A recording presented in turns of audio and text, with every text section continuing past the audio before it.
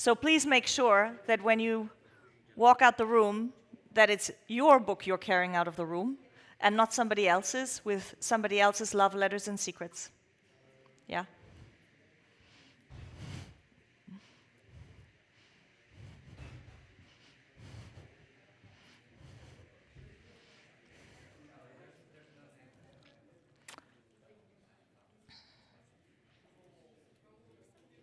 What? Yes, of course. Go ahead. Do you want the little book?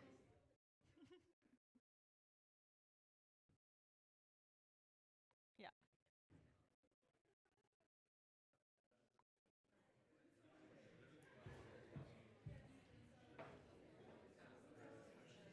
So please, can you come inside if you're not ready here?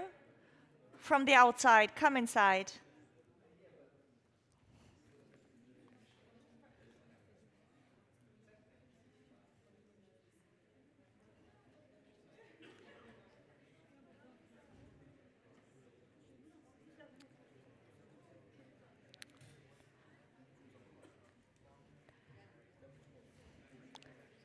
Let's give the colleagues another 2 to 3 minutes.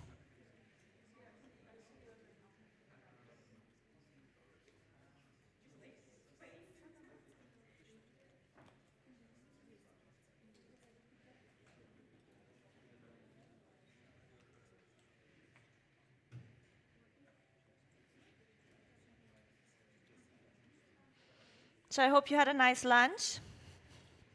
Yeah? Are you still awake enough for this panel debate? Orange juice helps. Yes. Definitely. And water too. Okay. Slowly but surely. So I'm just going to say again, for those of you who missed it, you have these little beautiful books from the EaP Civil Society Forum. They're very nice. I actually took 2 last year. Psh. And I write a lot of stuff in these books. I write my little thoughts. I write when I'm angry and I don't want to shout out how angry I am at the other person. I write it in the little book. And I would not appreciate other people reading what I put in my little book. So please make sure that when you go out and you leave, that the book that you have taken is your book and not the one of your neighbor. Could lead to big misunderstandings. So make sure you take your own books. Please also, just as a reminder, if you need translation, use the translation, but put the headset back. Don't take it.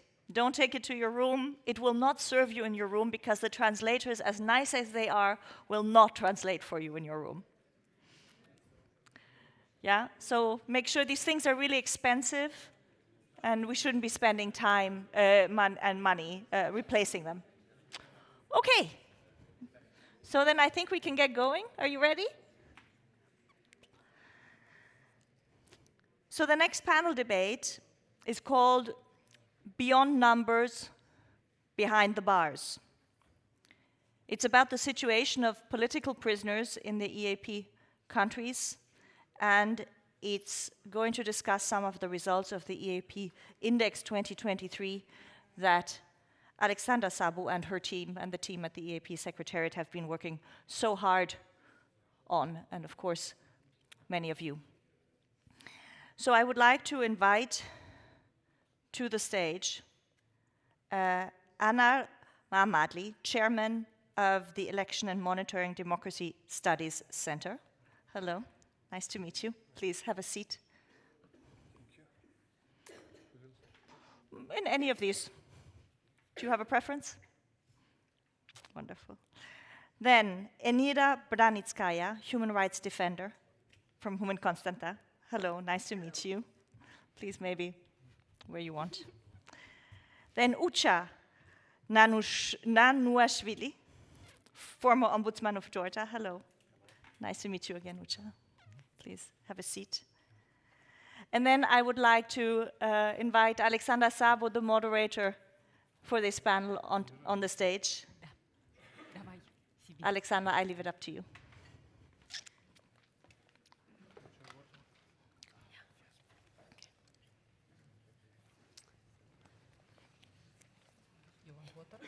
A little bit, but yeah. And for Alexandra. For Alexandra. It's a bit far. Good afternoon, everyone. I'm very happy to see all of you today, and I'm grateful for those who came from the European institutions and think tanks in Brussels to be with us at this panel discussion titled "Beyond the Numbers, Behind the Bars: The Situation of the Political Prisoners in the EaP Countries, an EaP Index Perspective." Colleagues, this is a difficult discussion.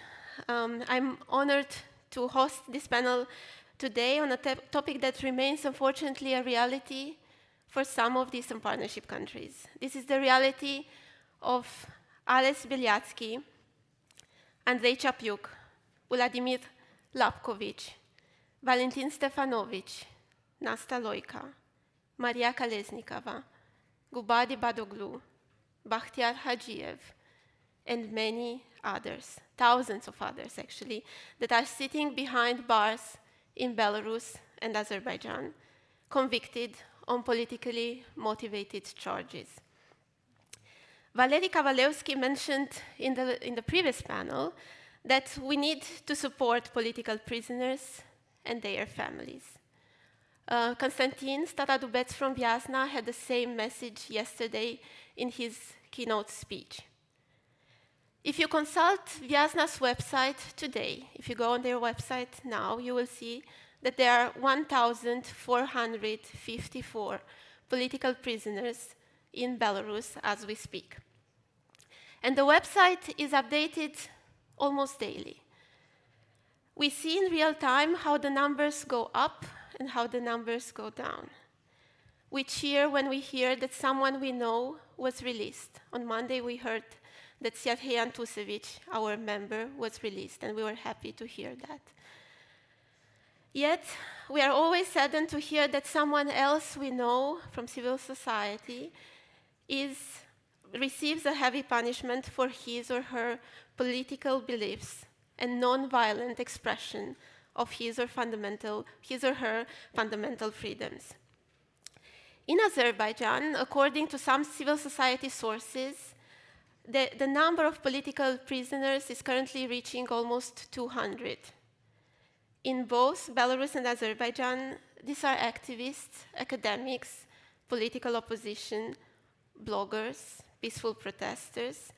They are your friends, our friends. They are relatives, parents, siblings, neighbors, loved ones.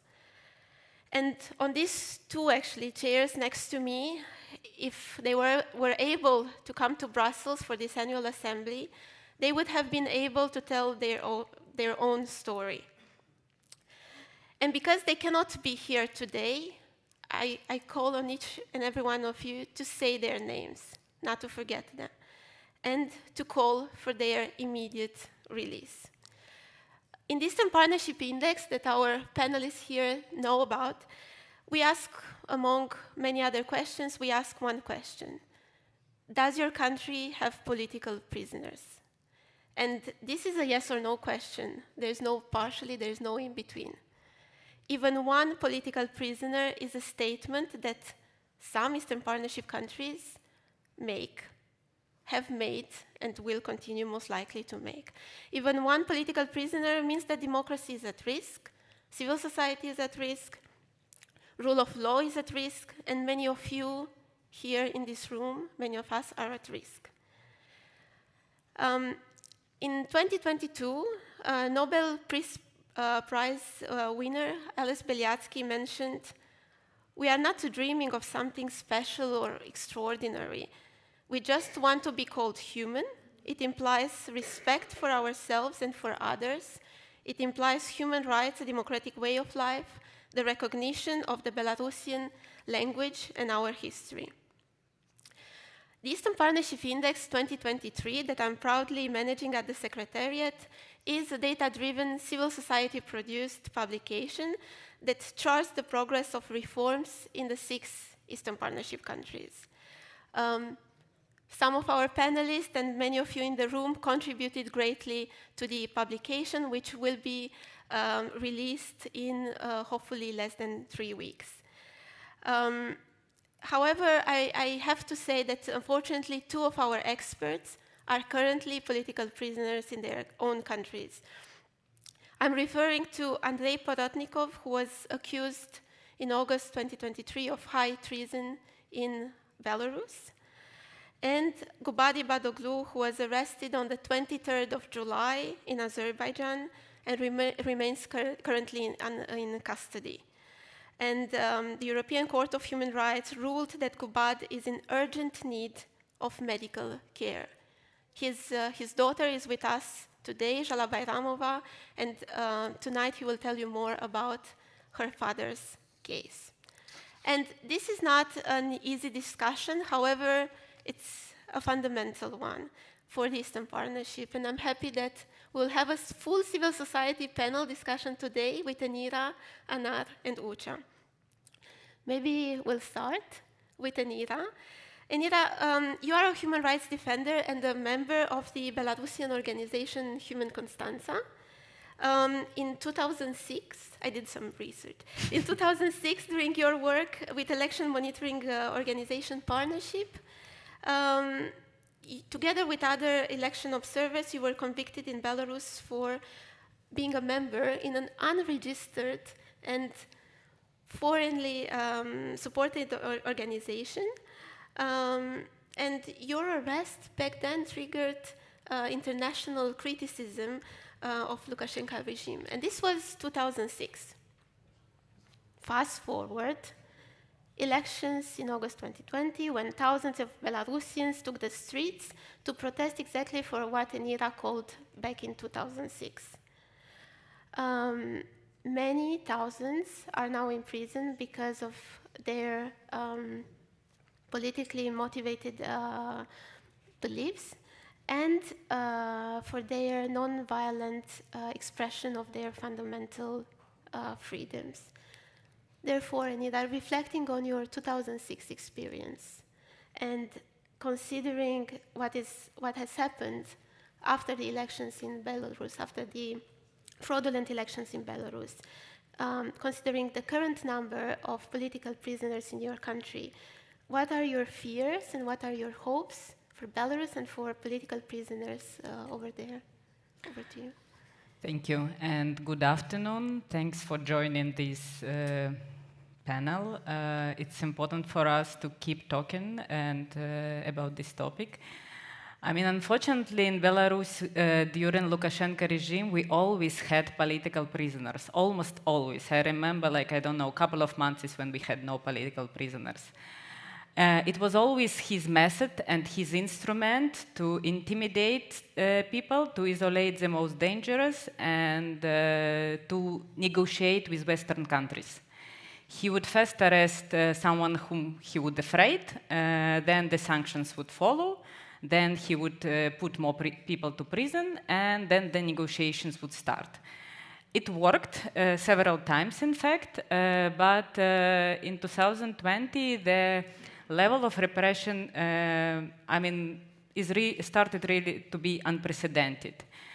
It's still ongoing. Every day, more people are convicted. As Alexandra mentioned, I mean, according to human rights defenders, we are counting around 1,500 political prisoners. Some are still expected to be sentenced and not included to this number. Some been released, and of course we are sure that there are a lot of people about whom we just don't know because their relatives simply don't know how to report to human rights defenders. They simply don't see the point about reporting to human rights defenders, or they simply afraid to do this. And I mean, this number could be double. So I mean, sincerely, we are thinking that around maybe 3,000 people are political prisoners today in Belarus. And I mean, the old mechanism that was used before to negotiate is really not pragmatically possible now. No one would, this is already the point of non-return anyway. I mean, no one would negotiate for 3,000 political prisoners, and there is, no one would accept the negotiation for 1 or 2 political prisoners. And unfortunately, I mean, in 2020, when first political prisoners after that elections were put into prison, we were saying that none of them would spend the whole of their term in prison. And I mean, now my fear is like, unfortunately, many of these people will spend the best time of their life in detention. Many of them will not marry. Many of them will never have children. Many of them will lose their parents while they're in detention. And I mean, I still hope that, of course, I mean, those who received 15 or 20 years, and we have quite several of them.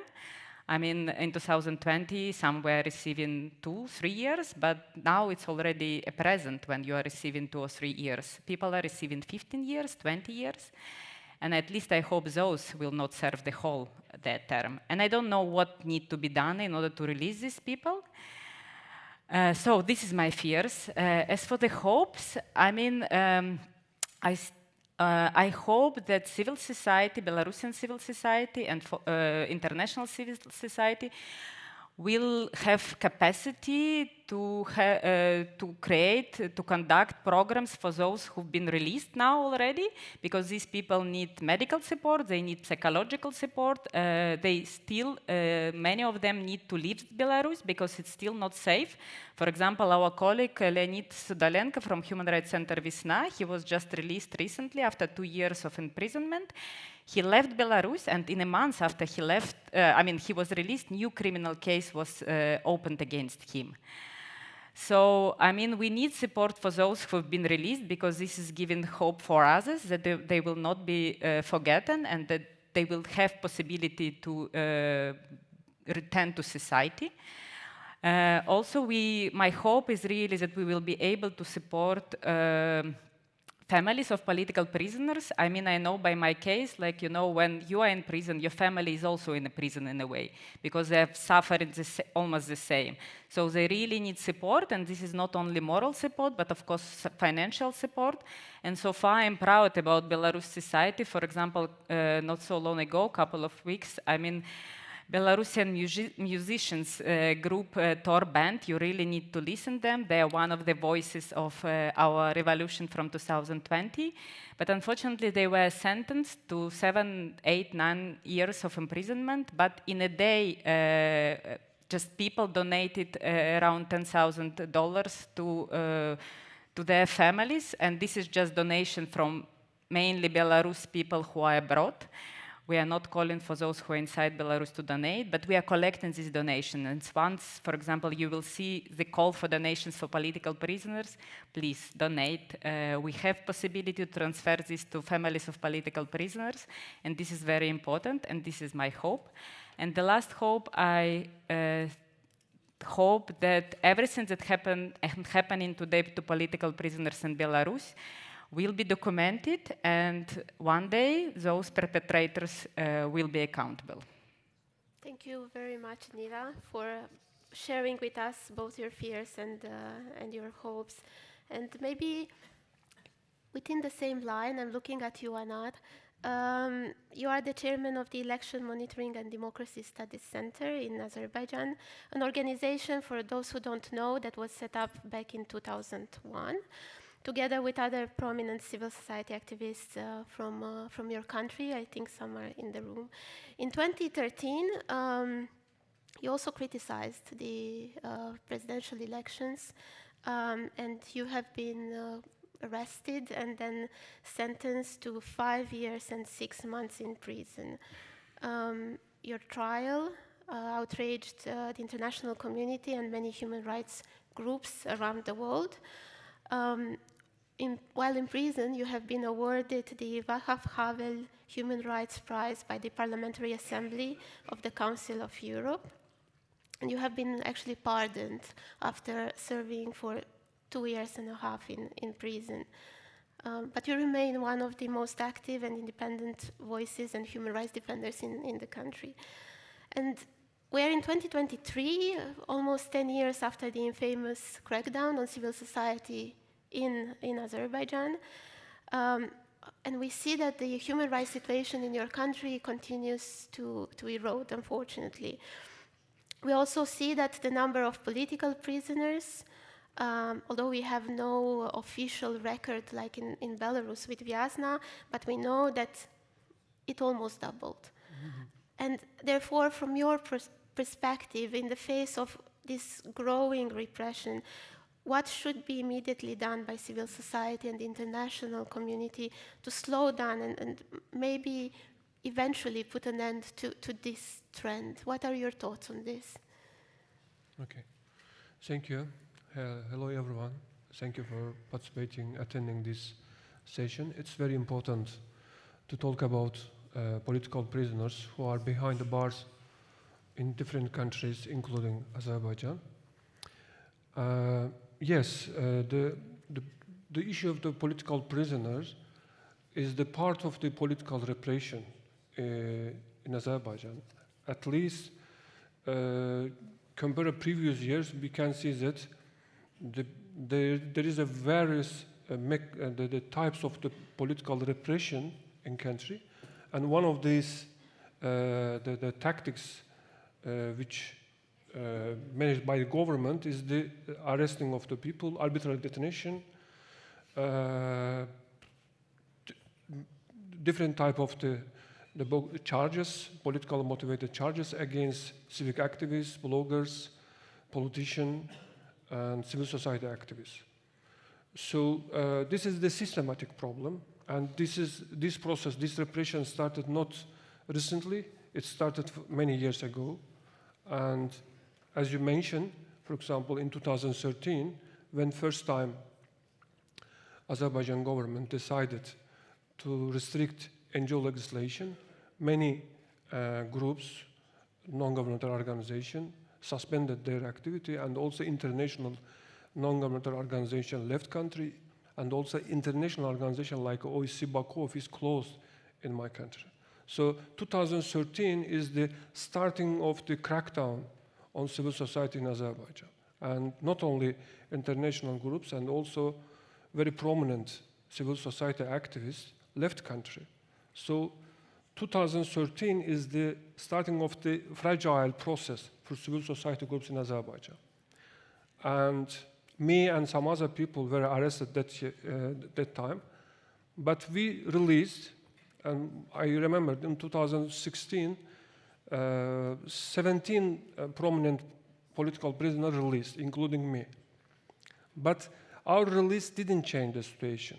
The problem is that the political repression accompanied not only arrest of the people and also restriction of the NGO legislation or national legislation concerning civil society groups, political parties, media outlets. So still independent media outlets or political groups, civil society activists, and civil society groups, they are not able to contribute decision-making process in country, to take part in the local and central level governance. So this is the main problem right now that we right now face. So when we highlight this, the arrest, we have to understand that there is a government where for many years active on arresting of people, and this government, doesn't matter, through parliamentary election or through presidential election, they never get the credit from the population. So that's why they are vulnerable. They are not open any kind of criticism from political parties, from civil society groups, from media. So vulnerability of the government forced them to become aggressor against human rights, against political liberties of Azerbaijani citizens. So what we can do, sorry for the introduction, long introduction, what we can do. Of course, there are many mechanisms. One of them is, for example, Azerbaijan is a member of the Council of Europe. When we became a member of the Council of Europe in 2001, the number of the political prisoners was at that time approximately 800.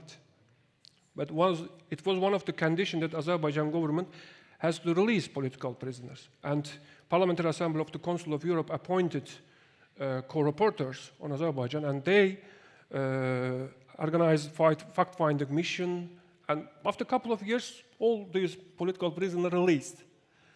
And then Azerbaijan became under jurisdiction of the European Court of Human Rights. But the problem is that year by year, Azerbaijan government started to ignore the international human rights mechanism, including European Court of Human Rights. So that right now there are more than 50 cases that was not implemented by Azerbaijan government.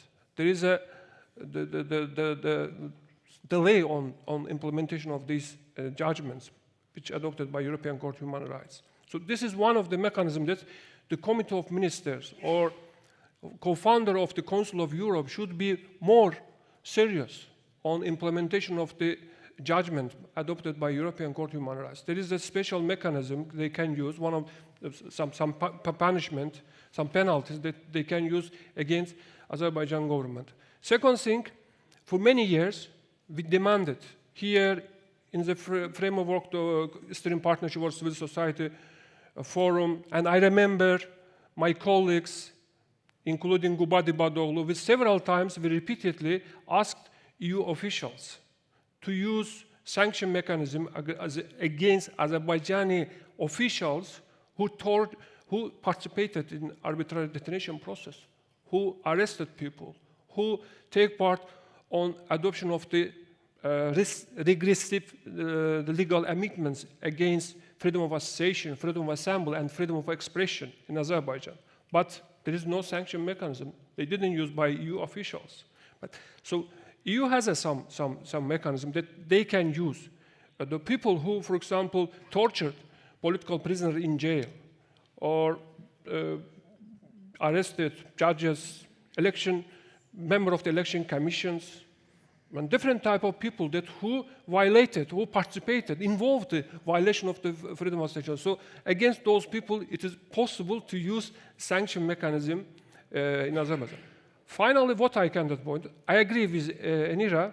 She is right in terms of the solidarity with the family of the political prisoner. It's very important that, and now it is very important to focus in domestic level, international level, to organize campaign for release of the political prisoners.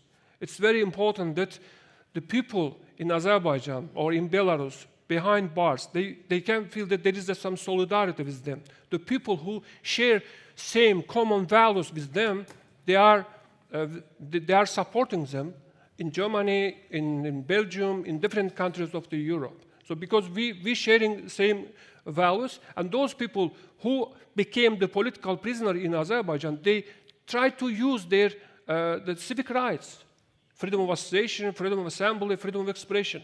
So which those rights were written in our common document, European Convention, OSCE Copenhagen document, OSCE Moscow document, Helsinki Final Act. So we need to show somehow solidarity with those people, with these people. So this is my point, that solidarity is very important, supporting family members, and also using a sanction mechanism, the people, officials who involved the arbitrary detention process in Azerbaijan.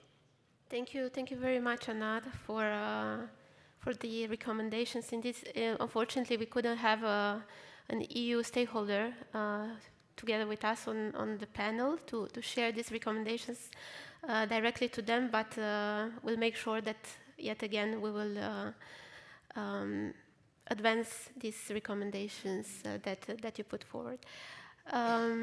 Normally, political prisoners should have the possibility to appeal and to get in touch with the ombudsperson in their own country. We're honored to have with us today Ucha Nanuashvili, who served as an ombudsman and head of the National Human Rights Institution in his native Georgia between 2012 and 2017.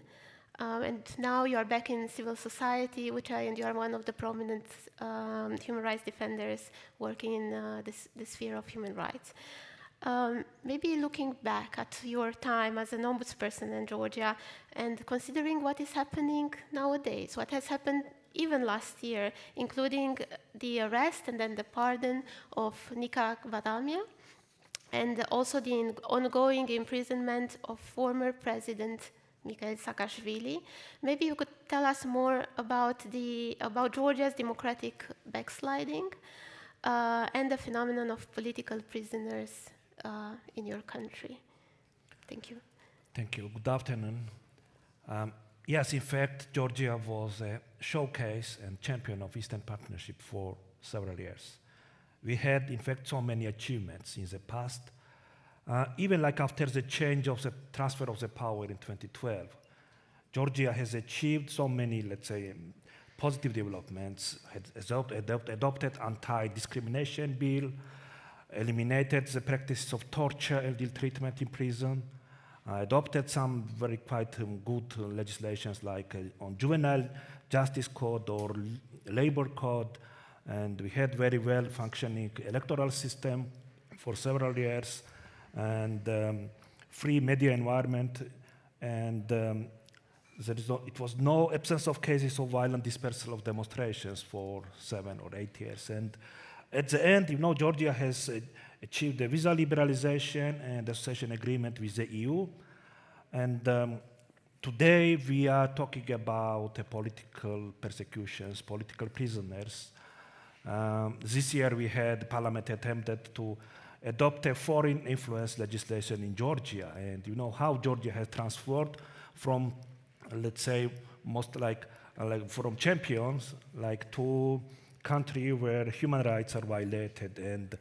And this happened, you know, and you mentioned the cases of Guaramia and Saakashvili and others. I mentioned also this foreign influence law, which was adopted for the first time in March this year. But for me, like cases like this, it's like a top of the iceberg, which is visible from outside. And we, like human rights defenders who are working in Georgia, for us it was clear that government was in fact not interested to join European Union, to protect human rights. They had own agenda, and I mentioned some positive developments starting from 2012, but Georgian Dream was a part of the big coalition together with 2 pro-Western political parties. And if we had some changes, we had when we had this coalition government. After the collapse of this coalition, and especially after 2016 parliamentary elections, when Georgian Dream came into power with constitutional majority, we can see that political field has been monopolized by Georgian Dream. They started attacks on independent institutions, including president, including public defender. I was ombudsman at that time. And they also started some campaigns against civil society organization, opposition. And reforms have stopped. We had several years like stagnation. And after 2018, so-called Gavrilov's night, when Russian lawmaker Gavrilov visited Tbilisi, we had a series of repressions against civil activists, opposition activists, media owners, and this process, unfortunately, still continues. So consolidation of power started immediately after the elections of 2016, and ruling party started pressure on all institutions, all independent actors in Georgia. So I remember that time we have selected different statements from prime minister or different ministers, speaker of the parliament about public defender, and we have selected 17 pages of negative statements. For example, prime minister said that ombudsman is acting against the interests of the state. Minister of Internal Affairs said that ombudsman's office is a bureau justifying criminals, and smear campaigns continued for several years. And unfortunately, we had less reactions from international organizations, even from Georgian society, because it was impressions that we had also some positive dynamics, positive developments, which in fact was a case, but this stopped. And today, I think we are in a different phase. And Georgia has so many restrictions when it comes with protection of freedom of opinion and expression, of right to assembly and manifestations. And we are talking now about the detention of civil activists, use of selective justice, Smear campaigns are directed against human rights defenders, journalists, opposition activists in Georgia. And so in Tbilisi, in Georgia, like, we have also new phenomena. This is a far-right extremist groups which are useful for Georgian government. We had a number of cases when pro-Russian far-right extremists were used as an instrument to terrorize liberal groups, independent NGOs, journalists, civil society activists in Georgia. For example, in July 2021, far-right extremists were involved in violent attacks on journalists. More than 50 journalists were beaten in Tbilisi. But organizers are still, they enjoy impunity and they never punished. Nika Gwaramia, yes, it's one of the typical case of politically persecuted case, prisoner in Georgia. He was a director of opposition TV channel, main TV channel, and but he is not the only one. We had a number of cases against opposition activists from UNM or even from LELO founders and different political parties. And we can see that this, some politically motivated cases are increasing, and government are using judiciary against political opponents, journalists, civil society activists, and Saakashvili is maybe a bit different case, but I would like to say a few words about his case. Because some people in Georgia consider him as a political prisoner. Yes, in fact, he was very active. He started very important reforms in Georgia. He played a quite important role in terms of fighting against organized crime, corruption, but also during his presidency, we had problems, especially in penitentiary, detentions of some opposition activists and some cases of elite corruption and dispersal of demonstrations. So that's why, to have questions about his role in some cases, like high-profile cases, of course, like Georgian judiciary and law enforcement agencies had the right, to start some investigations. But what happens next? This is most important. When he was detained 2 years ago, Prime Minister of Georgia made the statements, I am quoting him, that Saakashvili better will behave, otherwise we will bring some articles, charges against him. Another quoting, everybody was tired of him. We should have either arrested him or he should have quit politics, said Irakli Garibashvili, Georgian Prime Minister 2 years ago. We had also very long process of violations of human rights of Saakashvili. For example, when he was, he was detained and he was on hunger strike, and he was under the degrading treatment and inhuman treatment from prison administration. More than 200 prisoners were transferred to the civil hospitals in Georgia. But when it comes with Saakashvili's case, Prime Minister Irakli Garibashvili said that the transfer of the former President Saakashvili to a civilian hospital was out of the question, and should there be any need for treatment, he would only be transferred to the medical facility at prison. So, of course, this statement about the transferring prisoners to different establishments does not fall within the competence of the prime ministers. And we had a number of cases when prime minister or head of the ruling party made the decisions about the situation of ex-president Saakashvili. And yes, and we had a number of cases on this, which shows that Saakashvili's Saakashvili was, rights were violated, and even international organizations reacted several times on this issue. For example, Amnesty International stated that ex-president had been denied dignity, privacy, and adequate health care, and also they protested about his violent transfer to prison hospital, and it was not just selective justice, but an apparent political revenge.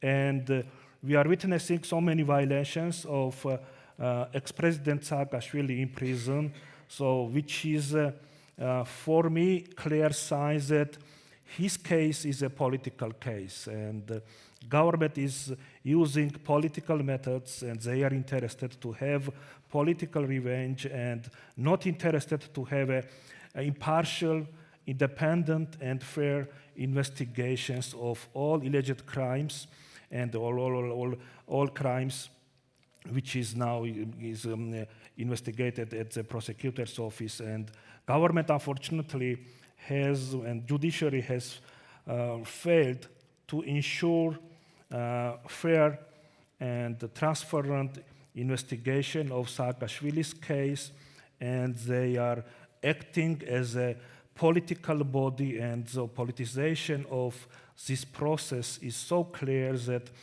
we all are, like in Georgian society, majority of population believes that Saakashvili is a victim of this selective justice, and his rights are violated when he is detained, and Georgian political leadership is instrumentalizing judiciary against ex-president. Thank you, Ucha, for the very comprehensive presentation of former President Mikhail Saakashvili. Indeed, even this panel, we just see and present the tip of the iceberg when it comes to political prisoners. And I'm happy, Ucha, that you mentioned the foreign agent law that was fortunately not adopted back in March 2023, because this brings us to discuss one of the main findings of the index that you will hopefully all read as of December, which is the surging weaponized legalism. I believe you all know what it is. Well, laws which on surface appear to be good and appear also to conform with international best practices and even EU norms are being used to serve political ends, to frame opposition, civil society, academics, media, and everyone who is uncomfortable ultimately to the regime in that country. We know that laws on hate speech and anti-corruption have been used to attack descendants in Azerbaijan and Belarus. They have also been used for defamation purposes in both countries. And maybe, Enira, you can tell us what outraged you the most when it comes to this, what we call weaponized legalism. There are so many examples in Belarus that we actually discussed during the focus group of the index. Maybe you can give us one example. Yeah, for me, probably the most sensitive, also from personal perspective, is legislation related to hate crime in Belarus that is now fully used to oppress freedom of expression and human rights work. In our criminal code, we have Article 130 that is incitement of racial, national, religion, and other social hatred. And it should serve, good purposes, but in fact, as I said, it is served just to, in political reasons. My good friend and colleague, Nasta Loika, was sentenced for 7 years of imprisonment for preparing one human rights report. In this report, this report was about persecution by law enforcement of anarchist groups in Belarus. So, she was doing her human rights work, and authorities decided that she's incited hatred attitude toward police, and police is, according to recent legal practice, it is protected group in Belarus. So this is exactly another social group that's supposed to be protected, and any criticism would be treated as incited hatred attitude towards them. So for one report, she's now serving 7 years. Also, this article is widely used for those who are having decent opinion to authorities about some historical events in Belarus. There is official history and unofficial history. So those who are not supporting official history would be treated as those who are inciting national hatred. Also, everyone who was openly supporting Ukraine after the start of the war, also sentenced by this article as those who are inciting again national hatred. So we don't know the exact numbers because most of these cases are considered behind closed doors because they don't want to spread extremist ideas outside of public. So in fact, it's very difficult to monitor this case. My organization is explicitly monitoring this statistic. We know at least, but the only resource that we are using the website of the courts where they have schedules of the hearings. So we're just counting how many times the Article 130 is in schedule of the court, and at least we know for last year not less than 130 people, symbolically, who was sentenced for this article. And really, this is widespread practice. Thank you, Enira. Anar, any Article 130 in Azerbaijan? Similar. Any weaponized laws in Azerbaijan at the same time of? Yep. Good question. We call this kind of legal package or legal legislation draconian law. So they are very specific laws or norms that designed by government, presidential administration of Azerbaijan, and sent to parliament just to restrict certain freedoms in country.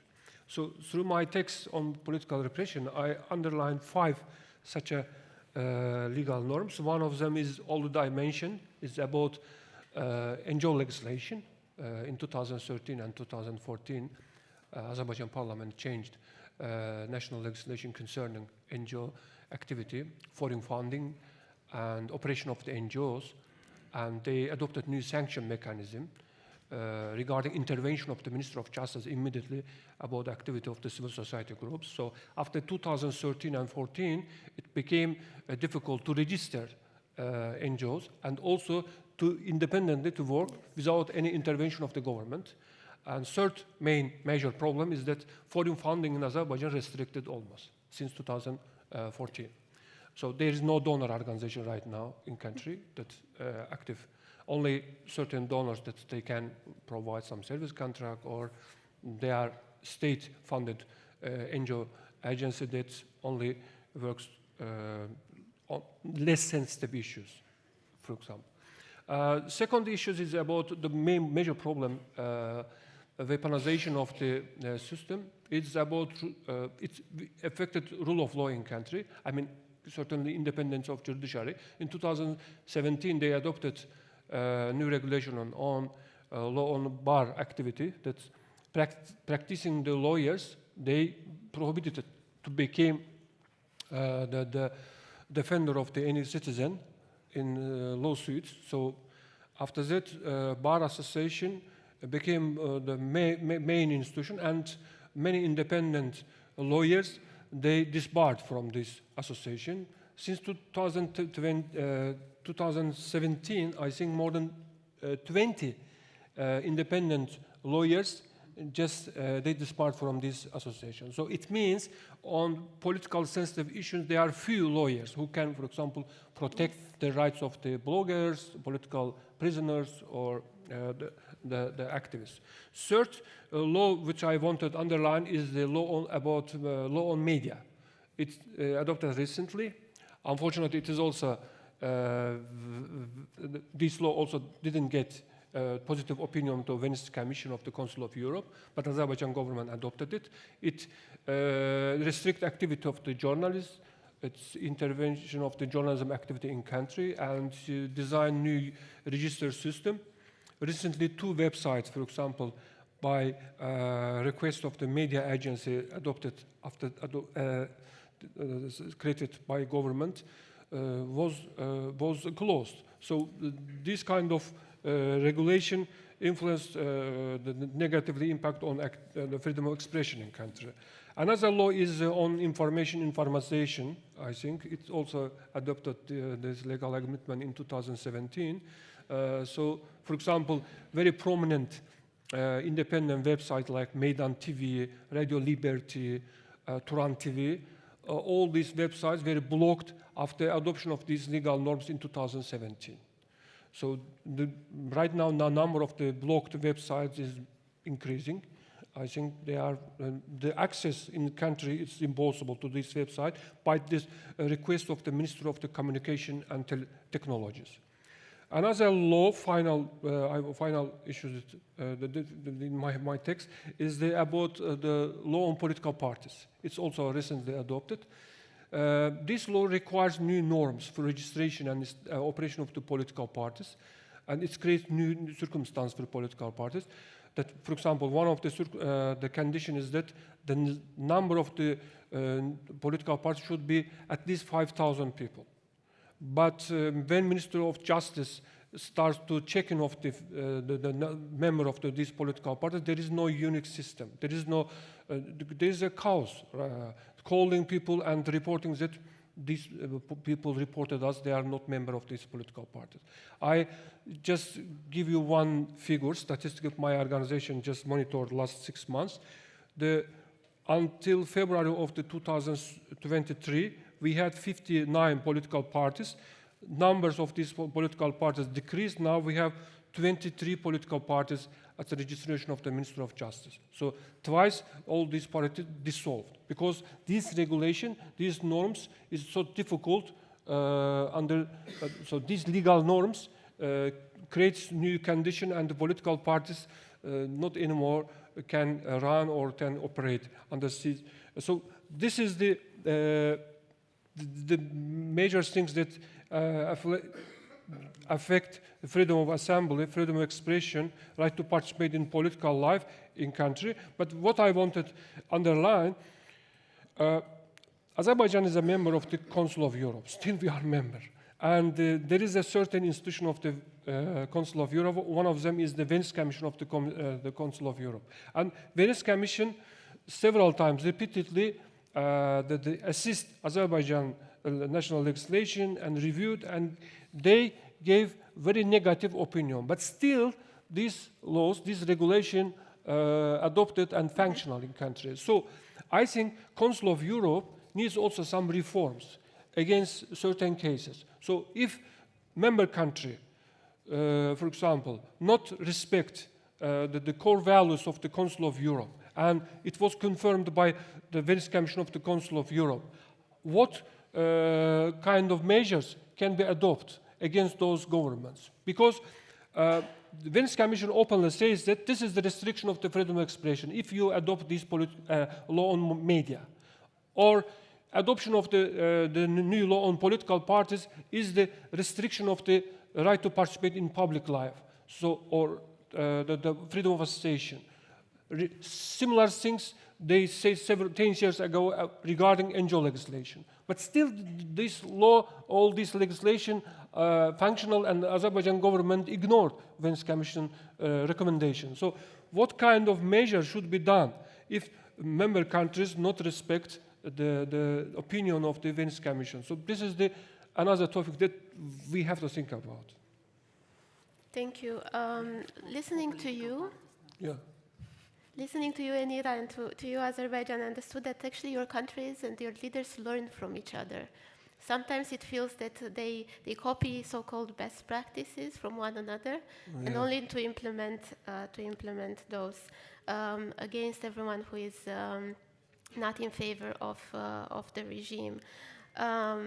We already know that autocratic regimes actually have a practice of also mimicking democracy and democratic laws, and that's nothing new. What was new actually, and what was surprising, was of course to see the path on which Georgia started to go in the recent years. However, now Georgia received finally the candidate status. I think many of us in the room were very happy on the 8th of November to read the news. And what are your fears now that Georgia was recommended to receive the candidate status by the European Commission? Do you think that the government will continue on the path that it set for itself in 2023? You will have elections next year. Maybe you can elaborate more on the country's judicial reforms and human rights protection mechanisms in light of all these developments in your country. Yes, I mentioned the judiciary. In fact, in this field, we had quite negative developments. In 2013, 2014, it was some attempts to start some reforms, and again, few years later, we had several waves of reforms, so-called reforms, but the reality is different. Judiciary, as a reform of judiciary, has been abandoned halfway in Georgia.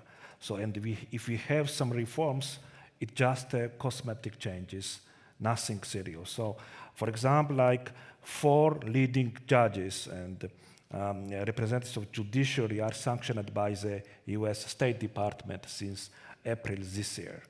And among them is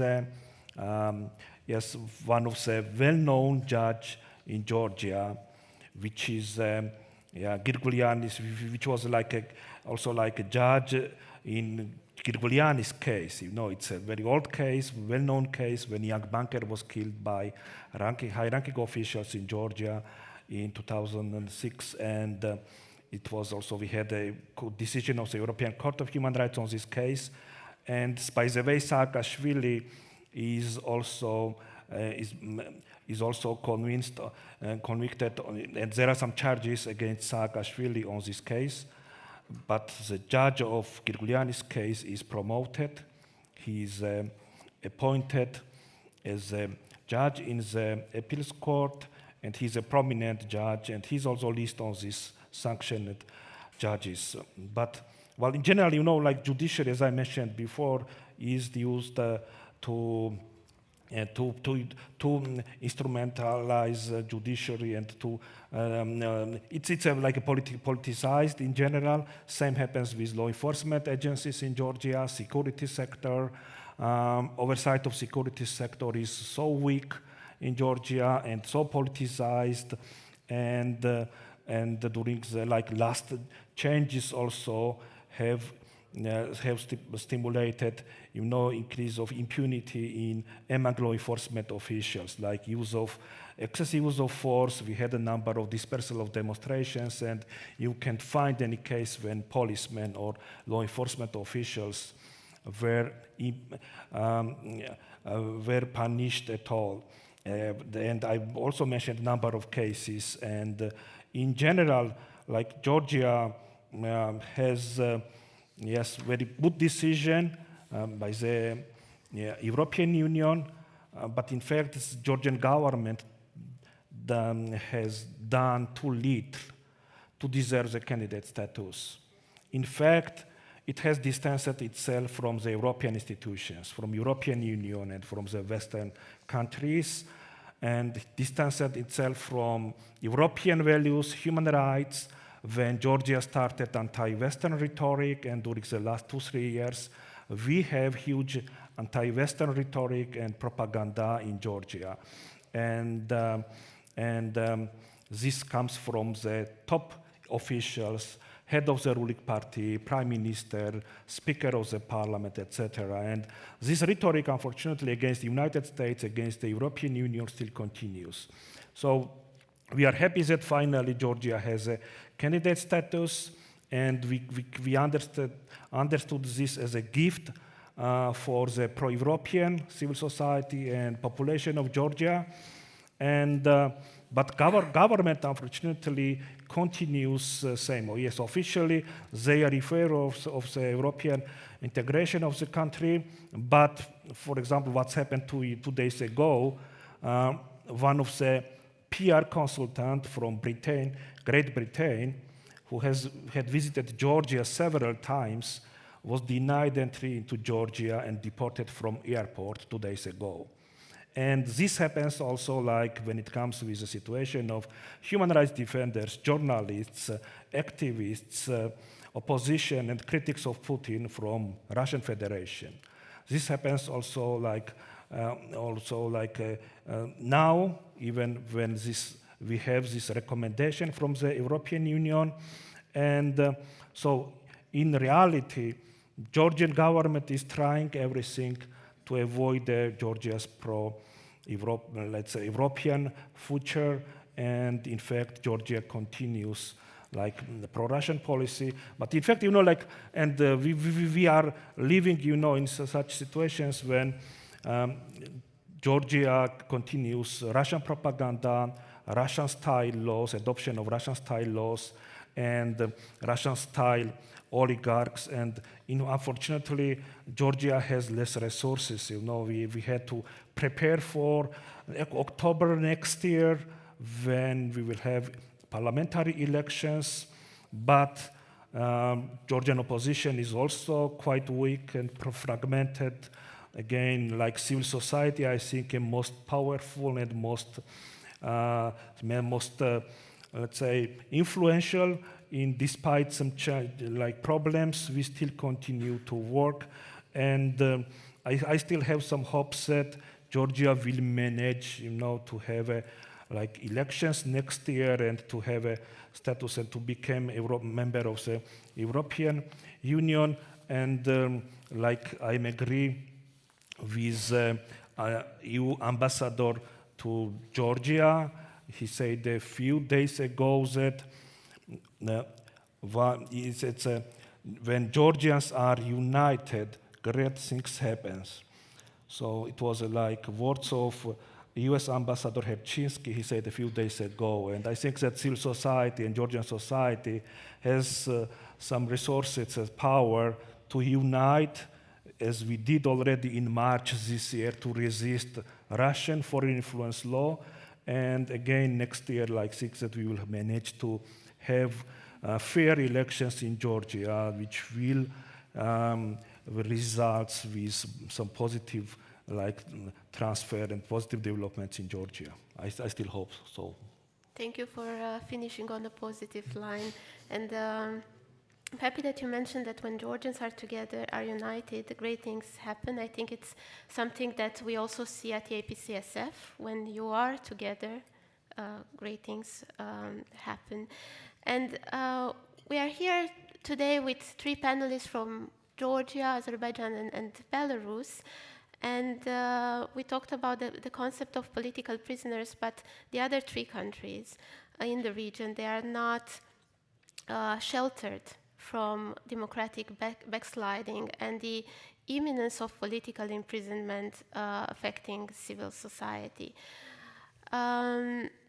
And because I'm mindful of the time and I see some hands being already lifted, I will give the floor to the audience for a round of questions. And then if we have more time, then we can go back to some of the questions that I still have for our panelists. Fabian, I saw your hand first, and then Zaud. Hi. Can you hear me? Okay, super. Thank you so much. My name is Fabian Schöppner. I'm a researcher from a university in Germany. Harrowing stories, and I just commend you for your bravery in continuing to do this work. My question is actually for all of you, but is based on what Enira said at the beginning, saying that detaining these people deprives them of important years of their lives with immense personal tolls, but also consequences for civil society. Of course, there's an intimidation factor and a chilling effect, but it also deprives these individuals of the opportunity to inspire, to educate further the next generation of activists. Also, during this time, they're sort of frozen in place and can't learn themselves once they're behind bars. Meanwhile, autocrats and their security forces develop new technologies and new strategies for combating this. So my question is, first of all, what does it look like sort of further inspiring, educating people when these inspiring figures, heroes almost, are behind bars? What does that look like in each of your countries? Sort of what is the path forward there? And then secondly, you know, learning in this space. What does it look like for a person in this environment? How do you kind of stay with the times and sort of plan for the future and your future capacity to continue your work? Thanks. Thank you, Fabian. Maybe we'll take one more question before I give you the floor. Zaur. Zaur Akbar from Azerbaijan. My question is addressing to Anar Mammadli. You talked about the sanctions should be imposed by EU officials against officials those violating systematically human rights in Azerbaijan. And over the past year, several times we raised this issue and before meetings with many of Western and high-ranking diplomats. But at the end, we were told that Azerbaijan is located in such place, it's land of contrast, Russia, Iran, and gas and oil resources, blah, blah, blah.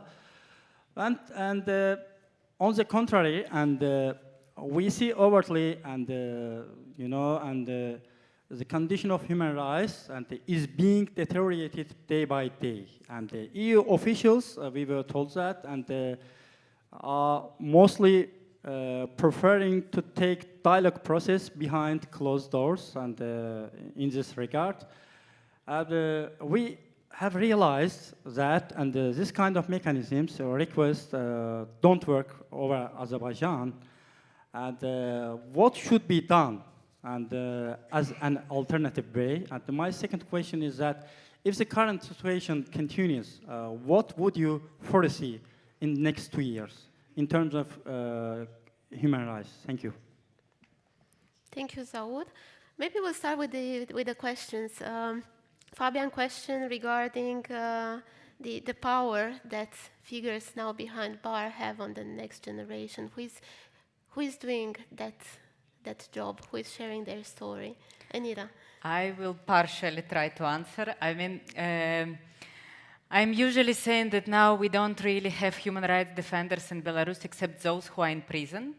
And I mean, those people continue their work. In fact, I mean, while Nasta was in pretrial detention, we had better possibilities somehow to receive information from her. And I mean, some people who were in cells with her, they were released and they were contacting me and they were telling how she was helping them, how she was educating them, how she was showing her best, like, you know, best sides of herself. So she actually, while she was in pretrial, she prepared around 20 complaints for other women prisoners.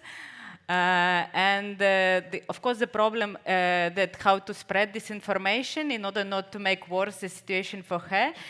But it was agreed that now when she is now transferred to colony, we can already make public everything that was happening in pretrial.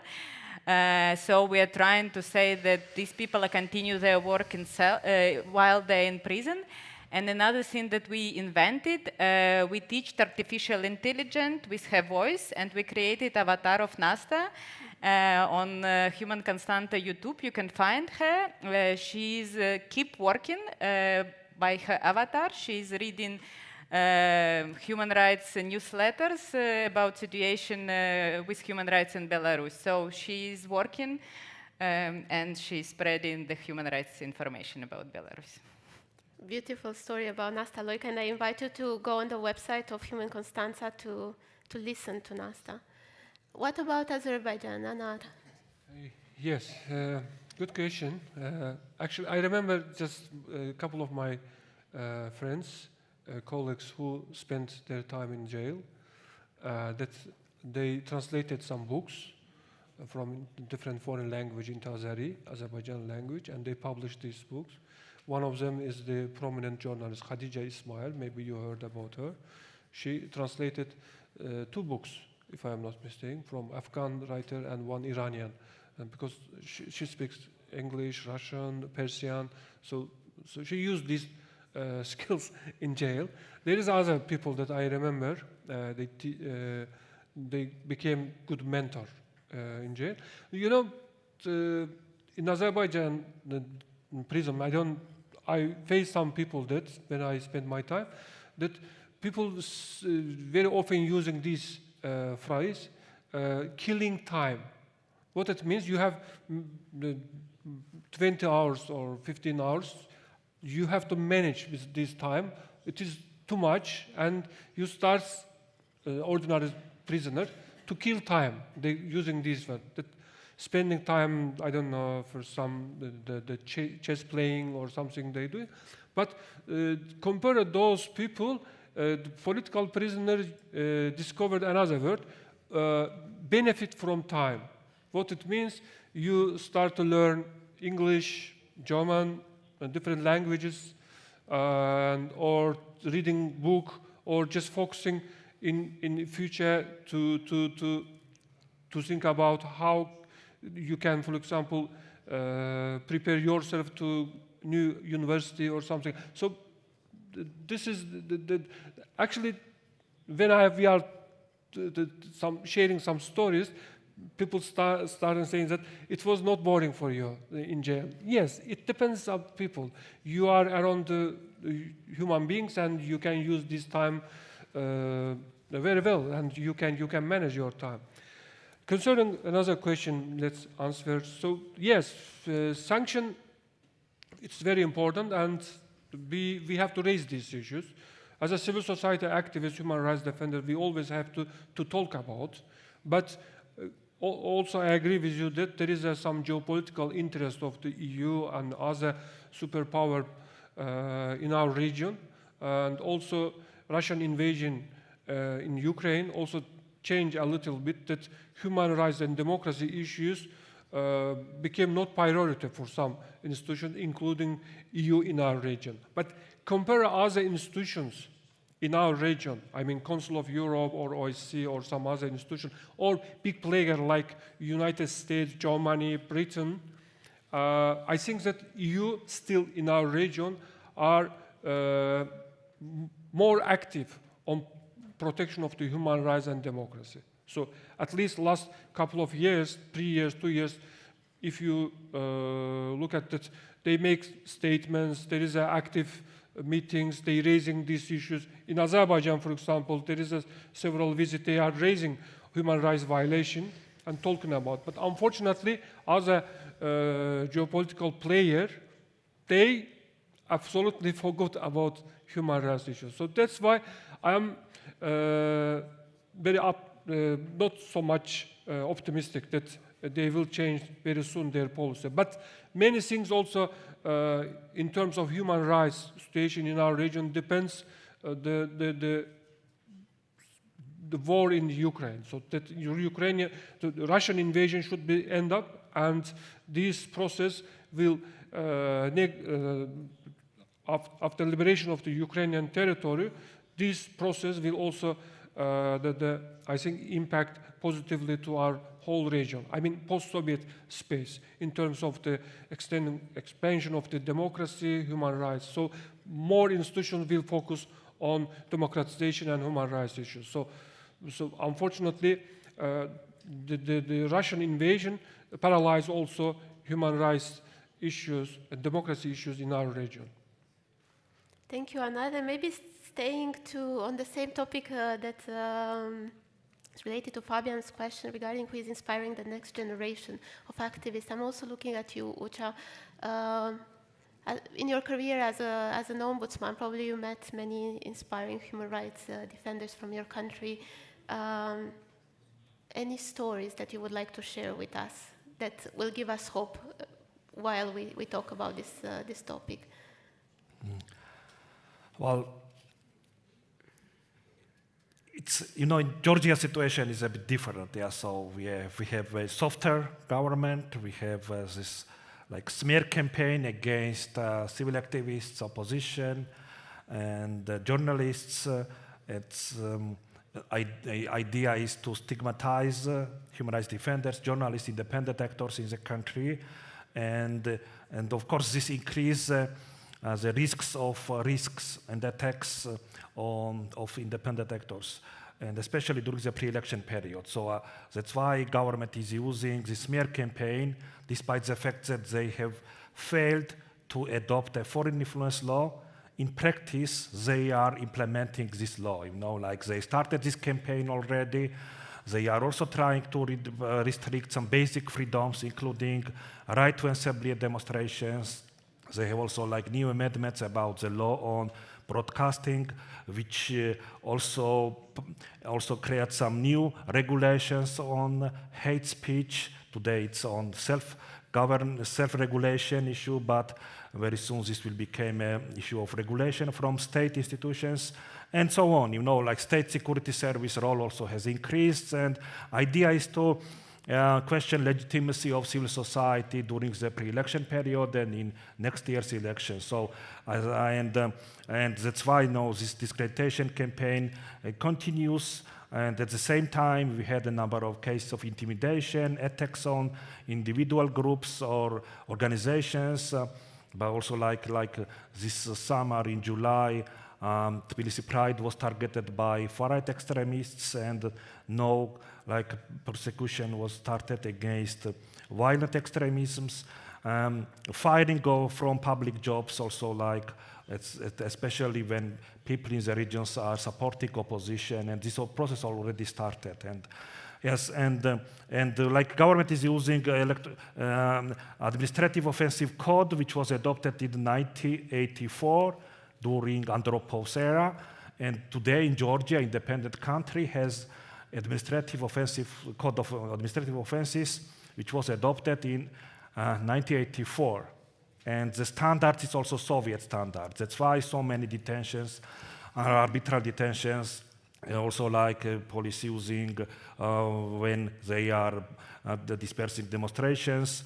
So many young activists were detained and fined with thousands of Georgian lari, for some minor violations, or sometimes without violations.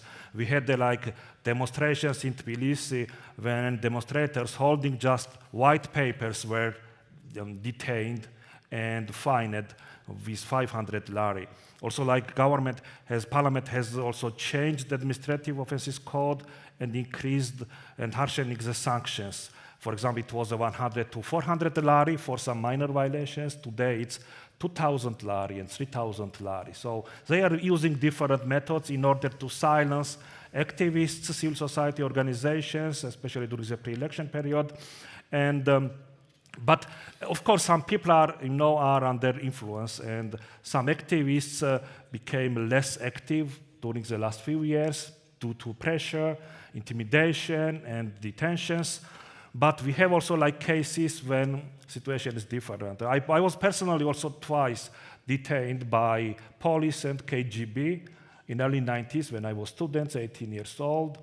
I spent 3 nights in prison, KGB isolator, and I was beaten by police officers just for organizing demonstrations of students on requesting some human rights, demanding human rights.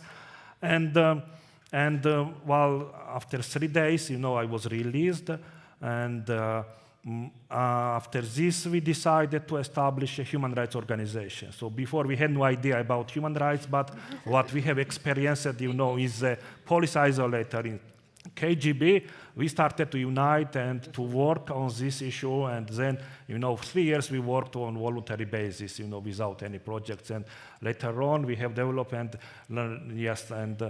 we continue. We are returning back because state and system made, some use also violence against young activists, youth that time, and we just started, to protect human rights in order to avoid and to improve the conditions in detention facilities, but also to change the situation, like to have less victims of violence and human rights violations in the country. And today, I think, this is also that's why, we have sometimes these opposite results. And I also have meetings with some young activists in Georgia, and they are quite optimistic. So they feel that they are supported.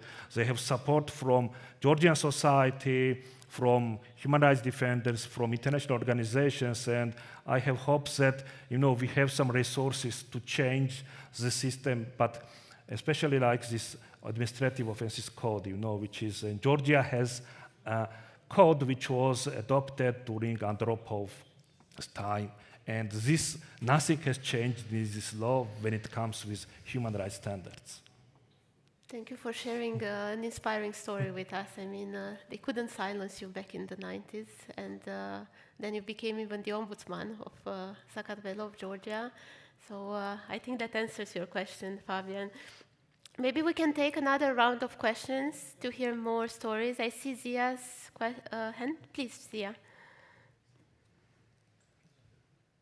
Thank you. Ucha already answered some of my questions regarding the Georgia's domestic policy on human rights and democracy, that we have been observing some backlash on the human rights issues. So whether we can consider Georgia as a safe place for the human rights defenders and people in exile and other human rights organizations, because we have witnessed several cases, including the torture, killing of the activists and other beatings. So this should be taken consideration for the further accession process. So also the second question is about candidate stats for the Georgia. So is there any conditions or are any conditions that put on the place by the European Commission in order to support the Georgia's full candidacy? Because we know there's some negative developments in Georgia regarding the legislative acts and other issues, that whether Georgian government can use this candidacy status during the election campaign as a good example of the foreign policy remarks, and also use this momentum and to continue the backlash in the country. Because gaining the power from this the candidacy momentum, and also continue their internal pressure on the society or civil society.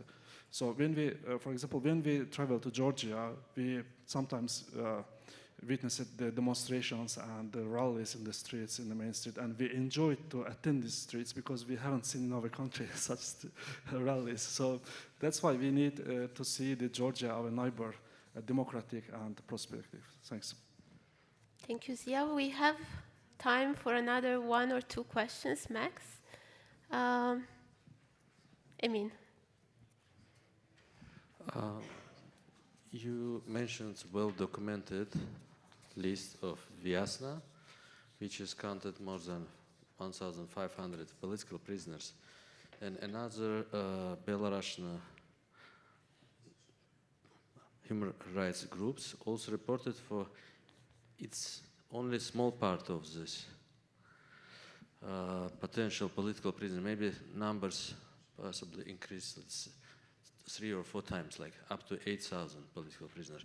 But in Azerbaijan, I just tried to ask Anar, because according to my point, it's not only maybe 230 political prisoners, because we have a big numbers of vulnerable groups, hundreds, maybe 500 people, like which is representative of the religion community, like peaceful believers, let's say. They are Muslims, but nobody care about them. They never even counted as like, yes, majority of them like inside of this 230 list, like 70% of them.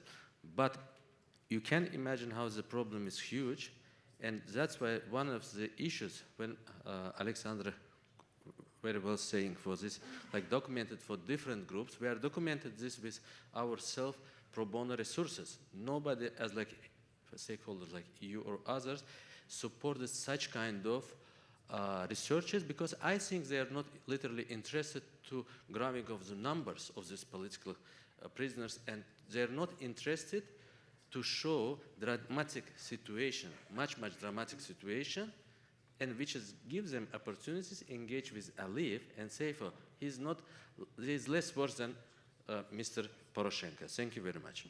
Thank you. Maybe we can take these two questions.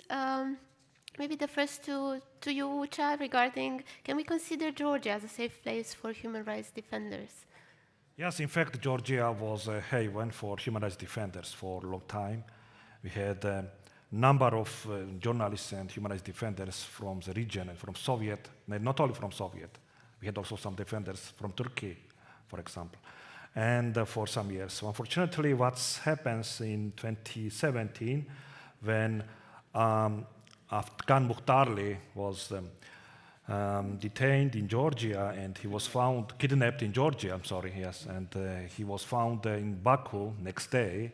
You know, this has changed everything. And from May 2017, Georgia is a different country. So before we had absolutely different situation.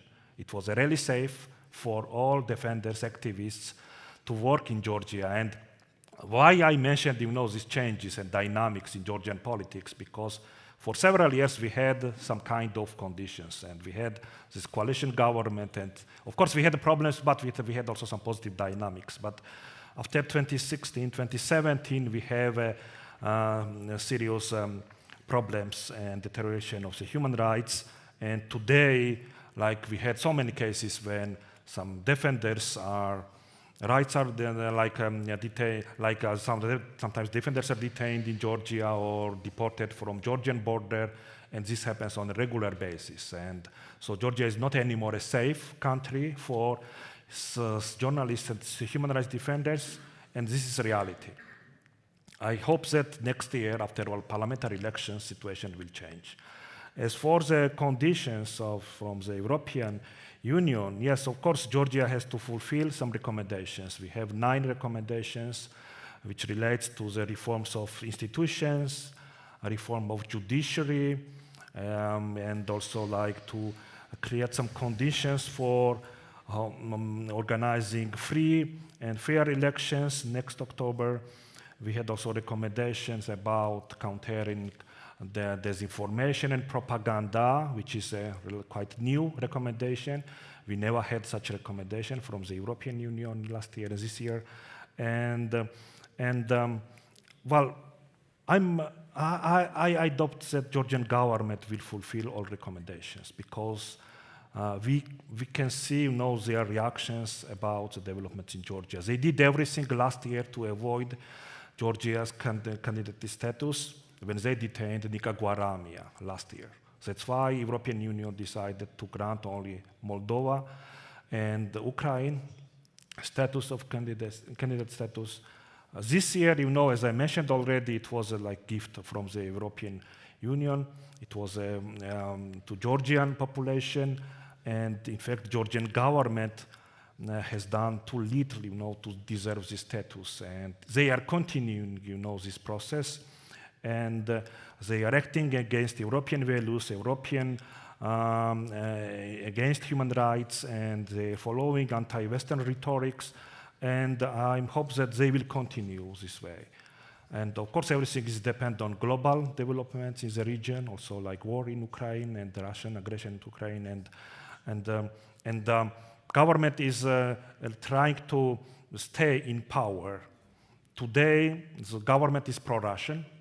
So tomorrow, if the situation will change, they will become, let's say, pro-American or pro-European or, let's say, pro-Ukrainian. And, their they would like to stay in power as long as possible. You know, this is the main interest. And when I'm talking about government, you know, I'm sorry, but this is not a government at all. You know, this is only one person, like, who is behind this government, and he is governing all institutions in Georgia. So when it comes with real politics, when it comes with real developments in Georgia, it's up to one person, you know, who decides. And unfortunately, Georgia is ruled by one person, and that's why, you know, we want to change this situation and to return back to government and to have a real government, a real parliament, and to have public officials accountable for their activities in Georgia. Thank you, Ucha. I know that the discussion just started actually, and I think we have a lot to hear from our panelists, but I don't want to stay between the break, but I would like to ask you to give us maybe another 5 minutes so we answer the remaining questions, and then you will have your coffee break, if that's okay. Yeah? Yes, question? Yes. So Anar, I think Emin mentioned that Vyazna is a resource for Belarus and for looking at the number of political prisoners in Belarus. What about Azerbaijan? Okay. The numbers over there and those who are in prison because of religious beliefs? First of all, I have to mention that there is a special criteria of on political prisoners adopted by Parliamentary Assembly of the Council of Europe. I remember in 2012 and 13, I was involved also in this process before my arrest. I used to work with legal committee of the Parliamentary Assembly of the Council of Europe at that time. But that year, in 2013, despite all efforts of the socialist group in parliament and liberal groups in Parliamentary Assembly, it was not adopted. Only 3 years later, the Parliamentary Assembly of Council of Europe adopted. So there is a 5 criteria for member countries that they can use to refer on determination of the political prisoner. In Azerbaijan, there are a group of human rights organizations using this methodology. Regarding this number, that 200 or 213, this is relatively a number. There is an approximate number. Unfortunately, it is difficult to determine what's the exact number of the political prisoner. But you are right in terms of the scale of the political motivated arrest. Some people, they don't report about the pressure of the government. They were summoned by police. They were arrested. Some of them administratively arrested. They just got 3 months or 4 months or punishment, different type of, but they didn't talk about media. For example, yesterday I received information that one person who used to work as a legal assistant in the region, he got just 3 months administrative detention and didn't mention about somewhere on media or social media. So there are cases that some people also got punishment, but they don't talk about, they are afraid. So family members or relatives, they ask not to mention about. So that's why the number of the political prisoner, it's not the exact number, it's changed always. So, but I think it's one of the important things that human rights group should work, should promote, for example, their work, and they should also be ready to collecting information and filtering, checking. Unfortunately, it is possible in Azerbaijan only through social media. There is not so much alternative channels to use it. Only through social media, calling, asking, giving question, it's very difficult and not safe. So that's why we sometimes receiving such a numbers that maybe it's not a real number, but we have some relative picture of the political repression in country. Thank you. And the numbers are usually just a starting point of the conversation, and even one political prisoner is a statement that some countries decide to make. Let's not forget that. In this 1 hour and a half, we received a lot of information, a lot of food for thought, and we understand that the reality of political imprisonment in the Eastern Partnership countries remains grim. We also know that the other 3 countries are also not sheltered from this phenomenon. But maybe one request that I think our distinguished panelists have for all of us in this room and beyond is not to be afraid, not to stop calling for the release of political prisoners, not to stop supporting the families of political prisoners. And probably you already noticed that the theme of political prisoners is actually, it became a cross-cutting theme of this annual assembly. And this evening at 5 o'clock, we have the opening of the gallery walk that we prepared together with the Belarusian National Platform, where we invited Jala Bayramova to talk about her father's story, Gubadi Badoglu. Therefore, after the thematic workshops that you are all invited to attend after this panel, please stop by the foyer to see the gallery walk and write letters to political prisoners. One more word for Anar, maybe Enira and Ucha. Yes, Anar. I just wanted to ask the member of the steering committee here, the forum, to mention about a final document about political prisoners issues in Azerbaijan, in Belarus, I don't know, in Georgia, in some other countries. But on behalf of Azerbaijani human rights defenders, it's my request that the case of political prisoners should be raised in any kind of documents adopted by civil society groups, human rights defenders, NGOs. It's very important to show solidarity who are staying behind bars now in my country. Thank you. Thank you. We'll take that recommendation to our steering committee, which indeed is preparing a resolution. Enira, one very short last remark. I don't know. I mean, it's more like, if you will, like, the problem is now that with this amount of political prisoners in Belarus, in fact, we don't know how to promote this topic. We don't know how to communicate about this. We don't know how to still make people to think about this. We can't give a Nobel Prize to Beliatsky every year, and he will be in prison for 10 years. So if you will have other ideas how to attract attention to this topic, please give us to know, and we will be happy to hear. Thank you. We'll do that. And I hope the audience also promises to do that. Ucha. Well, I have mentioned political prisoners in Georgia and politically motivated persecution. When such violations happens with ex-president, and I was one of the critics of Saakashvili for a long time when he was a president, then what about the ordinary people, ordinary prisoners? We talked yesterday about ordinary people. So that's why it's important when one person is imprisoned and his rights are violated, it's important to talk, to act, and to raise this issue, and to always, to be active to protect rights of all political prisoners. And unfortunately, this is a reality in our region. And 11 years ago, we were here, and we also are asking to release Ales Beliatsky. He was detained some long time ago, and we were wearing T-shirts with Ales' picture, and we have organized some action here. And fortunately, he was released, but again, he was detained, and he is still imprisoned. And hope that next year, we all countries, with 3 countries, we can meet again without political prisoners. Thank you for those silver linings, and I would like to ask the audience to join me in thanking Enira, Anar, and Ucha for this debate today. Thank you.